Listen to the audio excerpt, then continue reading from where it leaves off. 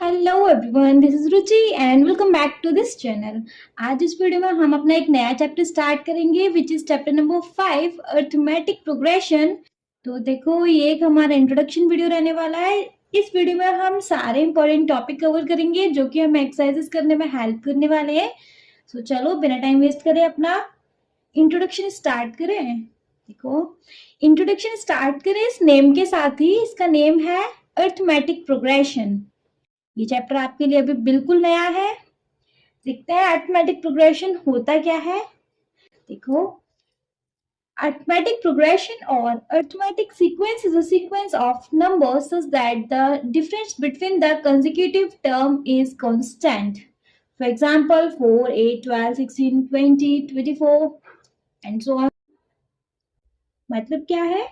Arithmetic progression होता क्या है? अर्थमेटिक प्रोग्रेशन कह लो या फिर अर्थमेटिक सीक्वेंस कह लो। सीक्वेंस वही कि हमें नंबर सीरीज दी हुई है, उसमें सारे नंबर सीक्वेंसली चल रहे हैं, वो हमारा एक अर्थमेटिक सीक्वेंस हो गया। ये एक ऐसा सीक्वेंस होता है नंबर का जो कि जिनमें कि हमारे जितने भी कंसेक्यूटिव टर्म होते हैं उनका डिफरेंस कांस्टेंट होता है। फॉर एग्जाम्पल, मैंने अपना यही नंबर सीरीज ले लिया 4, 8, 12, 16, 20, 24।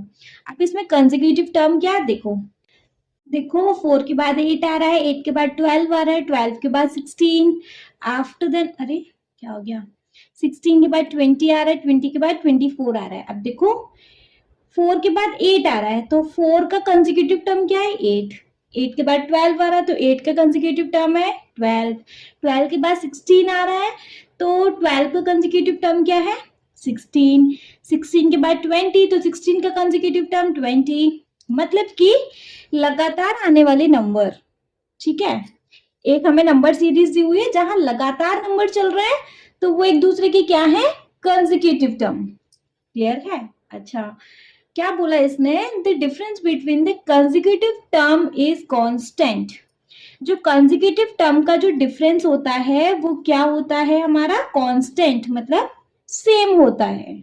कैसे? 8 में से आप 4 माइनस करो, देखो इसका डिफरेंस 4 है।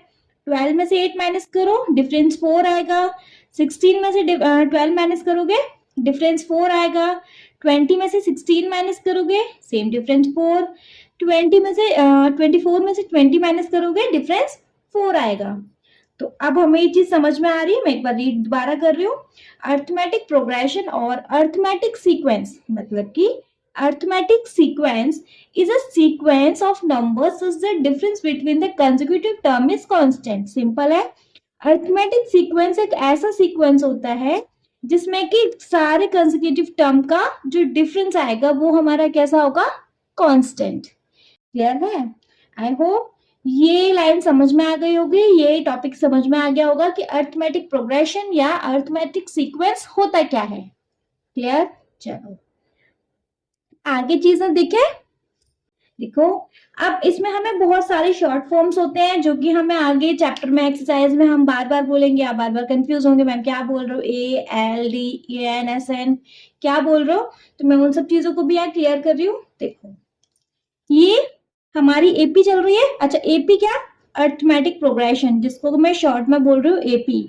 जहां तक पूरे चैप्टर में आप एपी एपी सुनने वाले हो।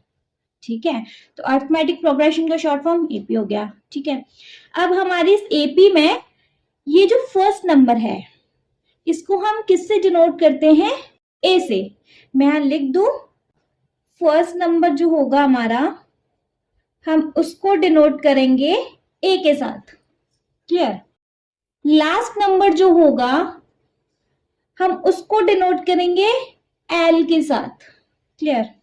हम बोल देंगे लास्ट नंबर तो हम उसको डिनोट करेंगे एल के साथ। क्लियर? अब इनके बीच का जो डिफरेंस आ रहा है उसे हम बोलते हैं कॉमन डिफरेंस, है ना? और उसको हम डिनोट करेंगे अपने डी के साथ। इनके बीच का जो भी कॉमन डिफरेंस है इस एपी में उसको हम किससे डिनोट कर रहे हैं? डी से।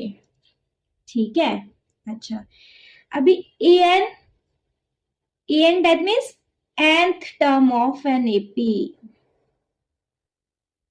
अभी nth टर्म क्या?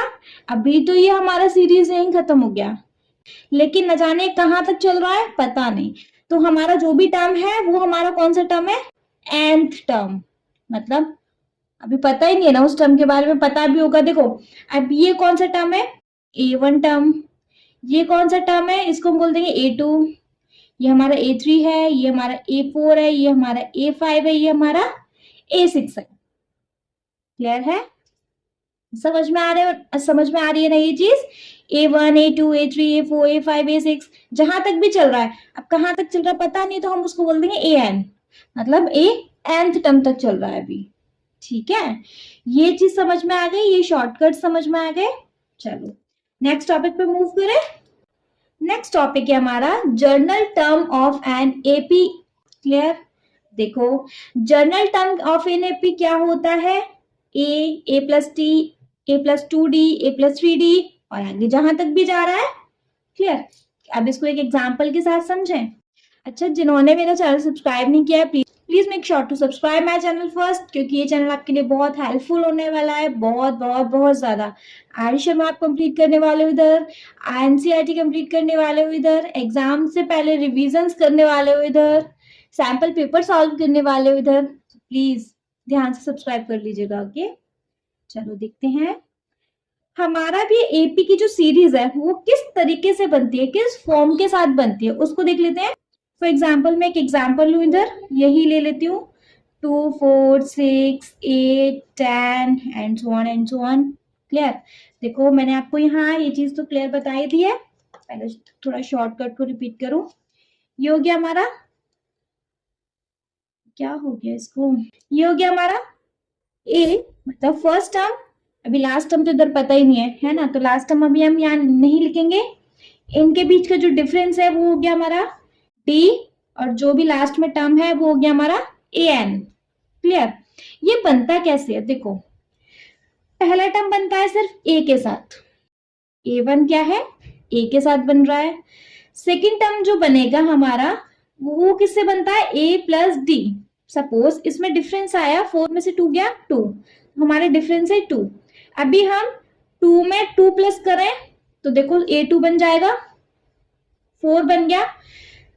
थर्ड टर्म बनता है a plus 2d, fourth term बनेगा a plus 3d, fifth term बनेगा a plus 4d, six term a plus 5d। मतलब जो भी टर्म बनेगा उसमें एक d कम कर दो, वही टर्म बन जाएगा। फॉर एग्जाम्पल देखो मैं लिख दू a3 है ये, a4 है ये, a5 है ये, a6 है ये।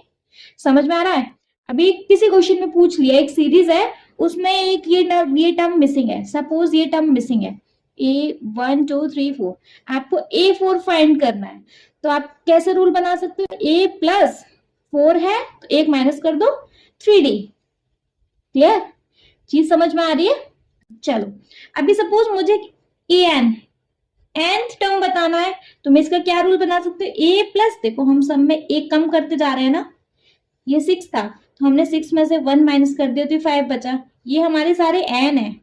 अब ये बोल दू a20 तो n कितना है मेरा 20, मैं बोल दू a16 तो 60, n कितना है हमारा 16, मैंने बोल दिया a17 तो n कितना हो गया हमारा 17। ये हमारे n होते हैं। क्लियर, जो हमारा nth टर्म है दैट मीन्स ये 17th टर्म है। ठीक है, सपोज मैंने बोल दिया कोई भी nth टर्म बताओ, तो क्या कर रहे हैं हम सब में n माइनस 1 ही तो कर रहे हैं ना। 6 था तो 6 माइनस 1 किया 5 हो गया, या 5 था तो हम 5 माइनस 1 किया 4, 4 था तो 4 माइनस 1 किया 3, तो हम सब में एक कम करके तो लिख रहे हैं। तो a plus n minus 1 into D, ये हमारा nth टर्म मिल जाएगा।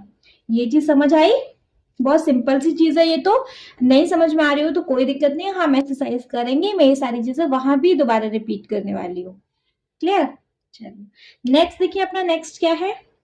देखो नेक्स्ट है वही nth टर्म फाइंड करना है, उसके लिए हमें यहाँ रूल दिया हुआ है an is equal to a plus n minus 1d। देखो मैंने भी ये रूल ही लास्ट में बता दिया कि अगर हमें कोई भी nth टर्म फाइंड करना हो तो हम कैसे फाइंड कर सकते हैं, a तो हम उसमें लगाएंगे ही, प्लस जो भी एक नंबर कम करके लिखते हैं n में से तो n माइनस 1 इंटू डी।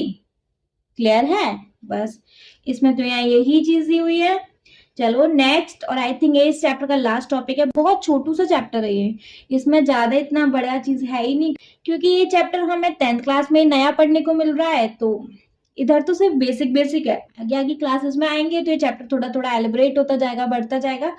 लेकिन इस क्लास में तो बहुत छोटू सा बेसिक सा कॉन्सेप्ट है बस इसका। देख लेते हैं।